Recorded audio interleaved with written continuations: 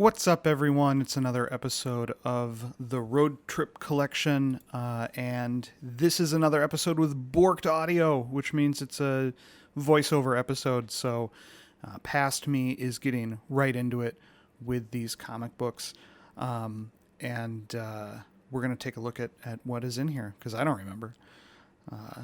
And right off the bat, there's some old Marvel stuff.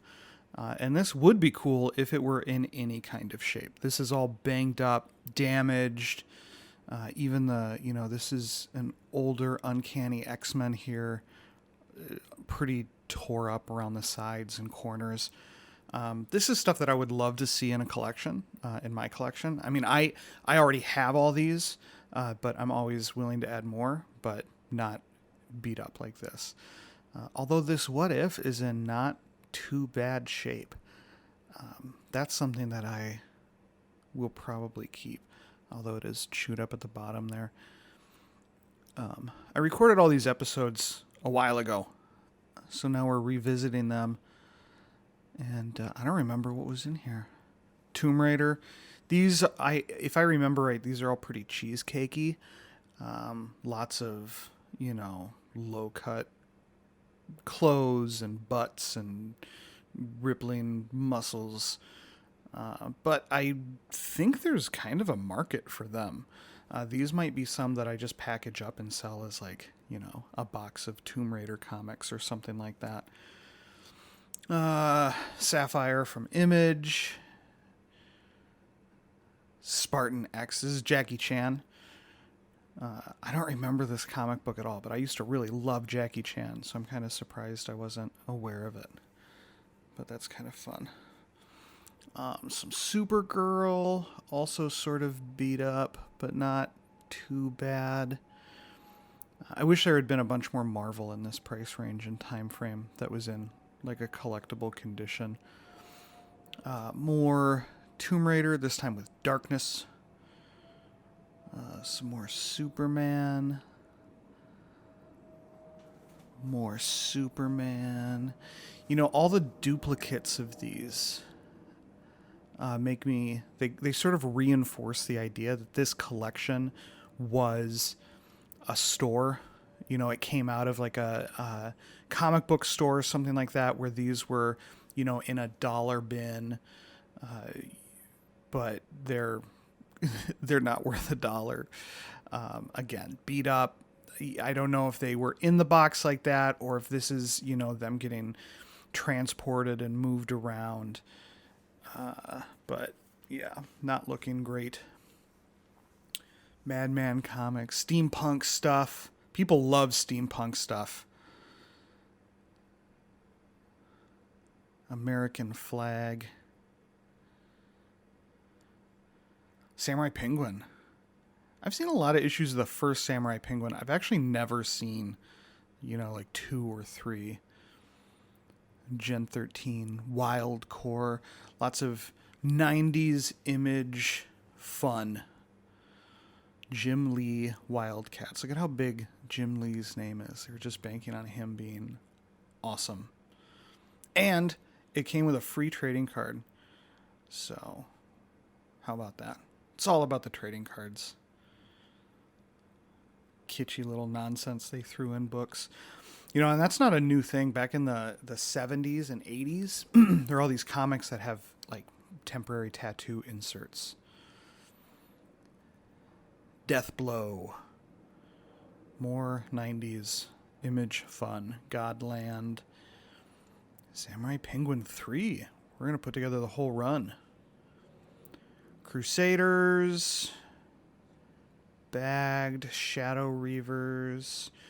This box started out really kind of encouraging with that old Marvel X-Men stuff, and now it's like we've been on this slow decline. Oh, although, hey, look at that.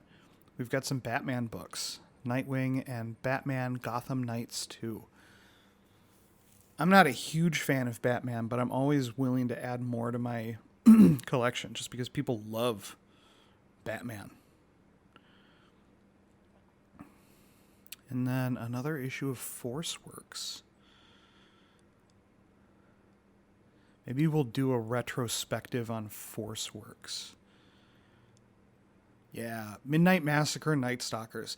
This was a run that Marvel did with like all their dark horror themed heroes like Blade and Ghost Rider and Morbius. And it was, creepy themed. Another Nightwing. More Gotham Knights. That's the first Gotham Knights, though. That's kind of cool. Like a noir detective story. Clive Barker Saint Sinner. I remember this cover. It is not a good comic book, but that cover is really cool. You can see that metallic sheen on it. Super neat. But, don't buy a comic book because it has a super neat cover. More Gotham Knights. That's kind of fun. And then some really old Archie. I don't get Archie. Jughead. Like, it's cool that these are 35-cent comics and 30-cent comics, but I'm not aware of a market for old Archie comics. I just don't know who's buying them. And I'm probably saying something very similar to the camera right now. This is great. Super old comics. That's really a fun. But there's just not any value here, unfortunately. There might be in like the very old ones, the 10-cent ones. But here's Ren and Stimpy. For some reason, I remember that cover. Oh, hey, check this out. This is a Silver Age Tom and Jerry. I remember finding this. This was kind of shocking. 15-cent Tom and Jerry in not awful condition. I mean, some of those X-Men comics were in worse conditions than Tom and Jerry there.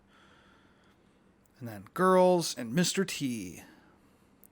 Mr. T got a comic book.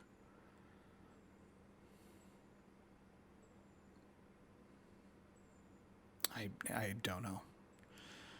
I don't know. I mean, there's certainly a market for just like name recognition comic books, putting something that people recognize on it and then hoping that giant fans of that name will buy it. But I'm not aware that there's a huge Mr. T following anymore. Here's El Diablo. El Diablo. More El Diablo. A different El Diablo. And then more of the same different El Diablo. So great, right?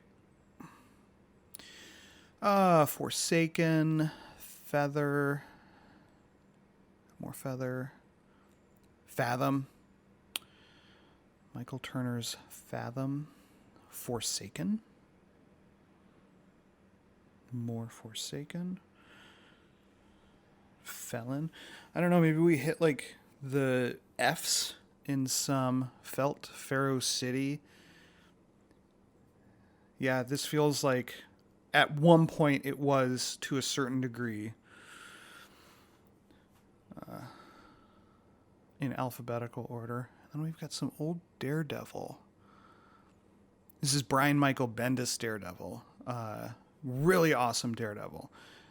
Some of these are in okay shape. Some of them are not. Is that Brubaker's Daredevil? Yeah. These are awesome. This is a great run. Super fun to find. Really happy with that. Those are all going in my collection. And then we've got Starman, who's cool, and then some old Conan. And if you've seen any of the Old Man's collection where I talk about Conan, this is like a fan favorite for me. These comics were, very, very rarely good, but they are a lot of fun. And it's just Conan, swinging a sword. Oh, yeah, and The Destroyer. This was the adaptation to the movie, Conan the Destroyer. And if I think I did a run on the Old Man's collection where I explain a little bit that there's not a lot of value in those. In some of the really old Barry Windsor Smith comics there are. But the fact of the matter is Conan isn't a super popular character. Here we have, I think, Superboy and Robin, which is cool and in good shape. Justice Society, Elf Lord. Elf Lord is fun. But yeah, no like recurring fun characters show up in Conan, so there's no key issues that people hunt, and sort of as a result, you've got kind of this repressed value on all of them, where they're all, between $2 and $6, so they add up. But at the same time, I'm just not a huge reseller. Frankenstein Mobster and Last Train to Deadsville. These are neat. Tom Strong and Jack B. Quick. These all have a very Watchmen-esque vibe to them. America's Best Comics. That's kind of fun. Interesting. I think there are some well-known names here. I remember looking at those, and now it's not focusing, which is great for us rewatching it. But it looks like there's some Alex Ross art on there. Starman, more Starman. This is a comic book that I've never read, but I think between this and my dad's collection, I think I'm putting together a pretty close to complete run, so maybe I'll check it out. More Starman. I think I've heard good things about it, but I'm not sure. And then some Superman, and another CSI. But not a huge stack of CSI, so at least we have that going for us. Drax the Destroyer. More Drax the Destroyer. Another Drax the Destroyer. And then the New Avengers. I think that's a 4-run series that we missed the complete run on, but better than more 90s Image garbage. And then more Starman. So already in this box, I mean, I'm really happy with the Daredevil stuff. The Starman stuff is really cool. And, there's some other weird ones in here that are fun. And then we've got this giant Conan Saga comic. And this is one that you see kind of on the sides, and it doesn't fit in a long box. So they had stuffed it in on the side.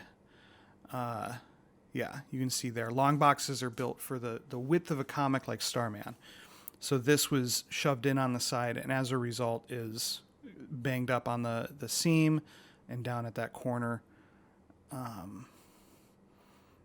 And these were sort of collected Conan comics with a lot more margin space, obviously. And they would take the black and white art without the color, and they would just republish it as the Saga.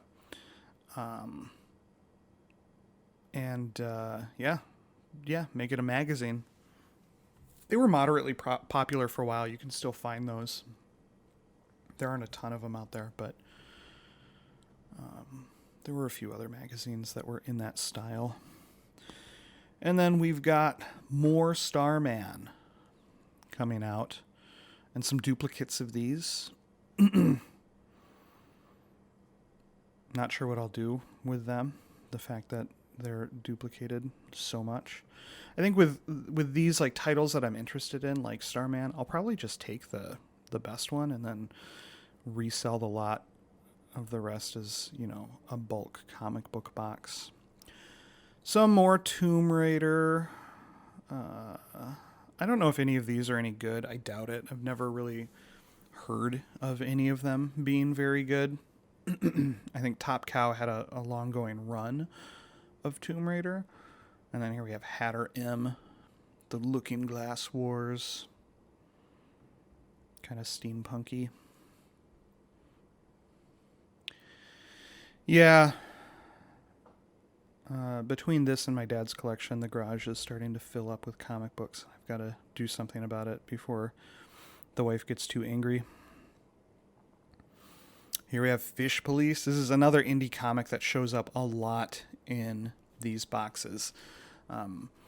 If I remember right, this came out when speculation started getting pretty intense, and so people would go out and buy lots of these. Although this is cool. This is like a run of the Fish Police. I've seen stacks of Fish Police 1, but I've never seen 2 through, boy, what are we up to? We're up to 6 now? 7? Yeah. I've never seen any of those. So that's another one that I might read and then decide what to do. Here we have Flamingo, Paradise 2, Paradise 2, more Paradise 2. I feel like this is an indie comic that I should be aware of, and I'm not. And then Strangers in Paradise. Paradise 2. 10th Muse. Wow, the art on 10th Muse is all over the place. But again, lots of duplicates here. There we have, like, what is that? Is that photorealistic? I don't know.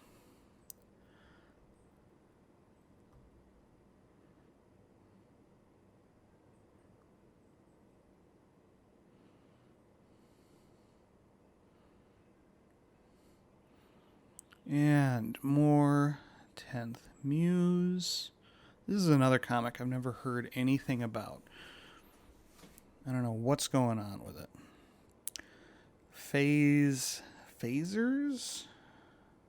Phase 1 Phasers? Batgirl #1. That's a cool cover. Batgirl Year 1. I like that. Voodoo and Zealot Skin Trade. Heart of Empire. Heart of Empire. There's some weird stuff going on with those covers. Sort of medieval, but then there's a gun. Ooh, Heaven and Earth. Manga File. I don't know what that is. Mechanical Man Blues. Bunny Town. Bureau of Mana Investigation. More Manga File. Seems like some sort of magazine. I don't know. Wanderlust. Oh boy, I wonder if we're going to find more Wanderlust. Interesting box. This is a weird box split between, Marvel stuff, all that Daredevil, some DC stuff, and then just the most eclectic indie stuff. Seven Heaven, more Wanderlust. Boy, hopefully Wanderlust is worth $5 or $6, right? Weirdland, Bunny Town. Weirdland. Celestial Alliance. I don't know any of these. Concrete, that's a Dark Horse, but I don't know it. Rocketto. Journey to the Hidden Sea. Yeah, no idea. The art is kind of neat. And there's a bunch of them. Shadowhawk and Blacklight.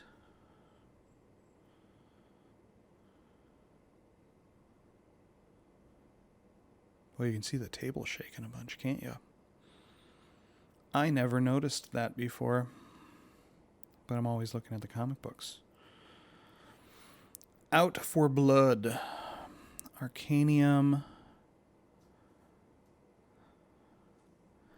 Yeah, I'm hoping we see some more recognizable stuff. I mean, still, I can't stress enough, at this point in this collection, I'm pretty happy when I hit, larger blocks of stuff like Starman or Daredevil where it's interesting. Oh, look at that. The Doom That Came to Gotham. Elseworld. That's cool. I'm a big Cthulhu fan, and I like when they do crossover stuff like that, so. Yeah. Pointing out the Elseworld logo. This is a Mike Mignola joint, which is great. Big fan of Hellboy and that kind of stuff, so I like when he does superheroes. Hero Hotline. What's this? Heartbreakers Super Digest. That's weird. Sometimes you see like super indie stuff in that format where it's, not a comic book, it's a different size. Here we have Magnus Robot Fighter from Valiant. The Micronauts, The New Voyage. Jungle Comics. Hopster's Tracks, some Aquaman, some old Aquaman. Actions Speak, Sergio Aragones. He does a really popular title, Gru, maybe? I don't know. I don't remember. Here's American Splendor. That's kind of cool. Harvey Pekar. Some more Micronauts. Tiny Little Heroes. More American Splendor. Oh, Genesis Prime, with really terrible kerning in the title, and then one of the more cheesecakey covers that we've ever seen. And happy to cover that up with a backboard, because it was a little aggressive. A little aggressive for my taste. And it looks like that's the box. And I'm going through, trying to find that Doom That Came to Gotham. This is one of the more exciting things I think we've pulled out of the collection. Big name like Mike Mignola, big name like Batman, Elseworlds with Cthulhu and all that business. I did read this after I filmed this episode, and it was fine. I didn't have the first issue of it, but it was fun. It was a fun little story, and I enjoyed it. And that's what comic books should be about. It should be about enjoying the stories with your friends, because the real comic books are the friends you made along the way. So I'll catch you for the next episode. Bye.